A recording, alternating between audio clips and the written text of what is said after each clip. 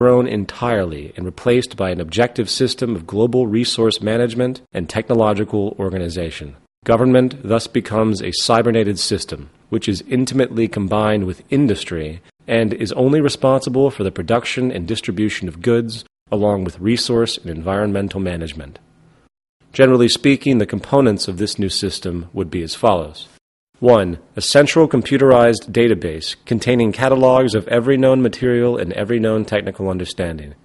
As noted previously, computers have the ability to catalog information and logically compute it on a scale much larger than any human can. As stated before, the most efficient decisions we can make are decisions that take into account all known relevant variables. Only computers will be able to handle the integration of all known earthly knowledge and come up with decisions that will be logically based on the full known range of data. Just as with our previous example of our car mechanic who had his tailored database program for solving mechanical problems, this central computerized database contains all known knowledge ranging from the properties, combinations, and applications of every element on the periodic table to the complete known history of technological invention. Once the associative system emerges, which will allow computers to contextually cross-relate all the known disciplines, we will have at our grasp a tool of immeasurable possibilities. For the new method of problem-solving and invention will be an interaction with this database program. In fact, it will likely come in the form of a simple website on the Internet. You would pose a problem or question to the database, and it will give the best feedback that is possible based on the current state of knowledge at that period in time. It is no different than interfacing with a calculator, but this new calculator has a powerful associative system and an extensive database of knowledge that can not just understand and compute math. It can integrate physics, biology, astronomy, and every field of science into a concentrated tool. If this sounds like science fiction, you can rest assured that the U.S. military's Pentagon likely already has similar database and decision-making programs, which it uses for war strategies. However, in order for this system to be effective, it must also have real-time feedback input from the planet in order to understand what resources we have so we can account for dynamic equilibrium. Therefore, the central computerized database would lock into an Earth-wide autonomic sensor system with environmental sensors in all relevant areas of the planet, generating industrial electronic feedback regarding resources, operations, and other environmental issues. This holistic system keeps track of all the resources on the planet while also monitoring the Earth for environmental disturbances which humanity should be alerted to. This will not happen overnight, but if we begin with constructing regional systems and over time interlink all the regional structures, it could be created sooner than we think. The interaction of this sensor system will inform the central database program of what is available and what is scarce, while the database will in turn constantly adjust industrial methods based around the dynamic equilibrium on the planet, along with improved technology. Now, even with our understanding of the profound labor-relieving effect computerized automation will have on society, when we finally decide to outgrow our scarcity-based monetary system and focus on the maximization of technological invention and abundance for all the world's people, there will still, of course, be the necessity for human technicians to work within the system, updating it and overseeing its operations. We can consider them interdisciplinary teams. Interdisciplinary teams of technicians oversee the system and help orient research projects to continue growth, efficiency, and social evolution. In an optimized version of this system, no more than 5% of the world's population would likely be needed to run the show. The more optimized and powerful our technology and methods become, the more that number decreases. They would simply work in scientific fields relevant to the functionality of society. Of course, many who hear this often ask, what about democracy? How do I participate in this system? Do we elect the interdisciplinary teams? In a resource-based global economy, the traditional concept of politics, elections, and the like has no relevance or basis. While this notion scares a lot of traditionally minded people, it must be reiterated that our problems in life are technical and are relative only to humanity as a whole. We must also face the fact that so-called democracy in today's world is a complete illusion. It always was.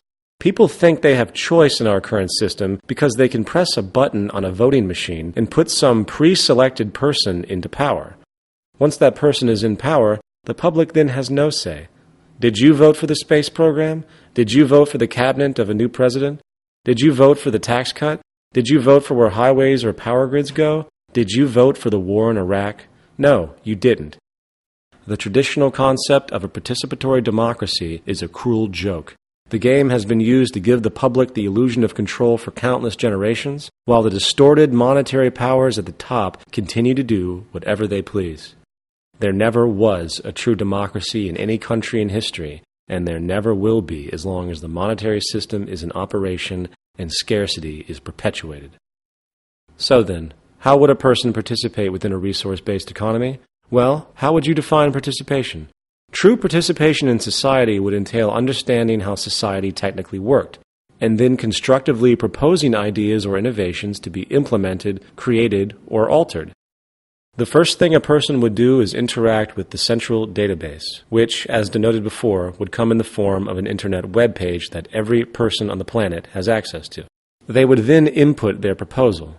The central database, with its historical knowledge and full integration of all scientific fields, would then analyze the concept for its scientific and technical integrity, along with optimizing the materials required, if necessary, based on current understandings and availabilities.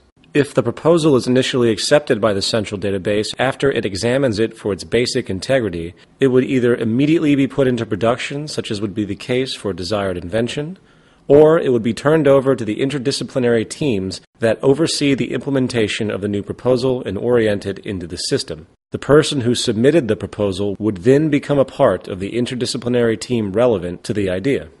These teams would not be fixed, but constantly revolving based on who wants to participate in a given field and what they have to contribute. This is a true election, based on what a person has done, not what they say they will do. Furthermore, the public's fear of traditional corruption will have little basis, for there is no reward for it. The interdisciplinary teams do not get paid in any way, for their worldviews have been expanded to realize that their reward is, in fact, the fruits of the society as a whole, and they contribute because it benefits them directly. While this might sound difficult for those who have been fully indoctrinated into the monetary-based reward system and feel that money is the only incentive there is, let it be known that every day all over the world millions of humans volunteer for the greater good. In a 1992 released Gallup poll, more than 50% of American adults volunteered with no pay for social causes at an average of 4.2 hours a week, for a total of 20.5 billion hours. This is an incredible triumph for the collective human spirit, for even with the sickness of narrow self-interest generated by the monetary system, humans still strive to help each other and give to society without reward. In the future, those who choose to work in the cybernetic industrial system will do so because it is an honor to serve humanity. They will understand that it is in their self-interest in the broadest way to see to it that humanity lives and works together for the greater good. The reward in a resource-based economy would be the continual improvement of society for all. So, participation is open to everyone because all issues are fundamentally recognized as technical. The degree to which a person contributes is based simply on that person's education and the ability to create and problem solve. This is why expanded, relevant education is critical. In society today, the public is always kept uninformed and as dumbed down as possible. This way, the government can maintain control. In a resource-based economy, the goal of the educational system is to produce the most intelligent and aware human beings as possible. Why? Because everyone then has a greater possibility of contributing, greatly affecting our collective social evolution for the better and improving the lives of all. Now, due to the importance of this section, let's recap what we have discussed. Who makes the decisions in a resource-based economy? No one does. Decisions are arrived at by the use of the scientific method, utilizing computers that gain real-time feedback from the environment, along with a central historical database of all known technical information and maintained by revolving interdisciplinary teams.